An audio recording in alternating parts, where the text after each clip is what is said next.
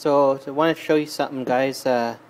This was the little strainer that I got at Evenspray. I don't think I was going to say their names, but anyway. I didn't like it too much. It was sucking in too many leaves and pieces of grass and stuff like that. There's still some stuff in it. And the only nice thing really with it was that I could pump from a pretty darn shallow puddle. With the kit came a strainer, and it's kind of a basket style strainer and just about the right size, and it had it was kind of two pieces. You've got the basket right here, you see all the little holes in it, and then there's this top piece that sort of friction fits on there, and this piece was attached to it, and you're supposed to just force it onto the hose kind of thing, heat it up and slide it on and clamp it on. And I didn't like that. I want to be able to take it off so I can clean it out kind of thing, in case any crap gets in there, and just for maintenance purposes and that. And it's nice to have a quick release set up too. So what I've got here, I've got a little bit of JB Weld, Clear Weld, quick setting epoxy stuff, 5 minutes. I'm going to try it out. I've never used it myself before. And so here's the check valve.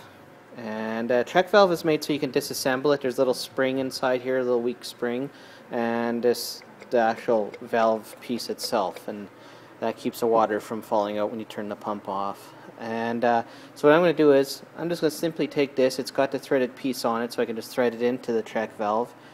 I'm basically going to what I wanted to do was, or what I'm thinking of doing, and I haven't fully decided yet, is I've put the top of the strainer on there, and then I just thread this in, clamp it down, fairly tight. But since I still want to be able to service the thing, I think what I'm going to do is I'm just going to JB weld it to this part here, and just leave the threads clear of any JB weld, of course, or any epoxy, so I can always unscrew it, take it apart, clean it. Clean it out, and then I'll. He's just burping here. He's had lunch.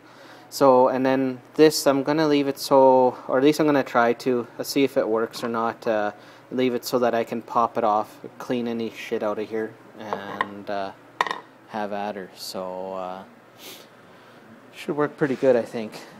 I can tell you that I'm very impressed with this pump. It runs just like a Honda, because like I said before, I've heard that these are just a Honda knockoff. And my little garden hose adapter worked perfect. I was just pumping out of a shallow puddle, and there was quite a bit of water actually, so I didn't need a big long discharge hose. I could just stick the suction there, start pumping away. So I actually ended up taking this off in the end, and when I first started with it, I put a length of 1/2-inch garden hose on there, and it was whipping around like a crazy fire hose there. So this thing has some pretty good pumping power, has a good volume output, and a decent amount of pressure for something that's only 2.5 horsepower with a 1-inch pump on it. So I'm very happy with that, and it runs, like I said, just like a Honda. I'll make a little video later of it with the garden hose, because you got to hang on to the thing, otherwise you're going to get soaked with muddy poo-poo water. And so I use my little jug here to prime it. I was going to do the way of shaking it back and forth, the suction, but it was easier just to use the jug.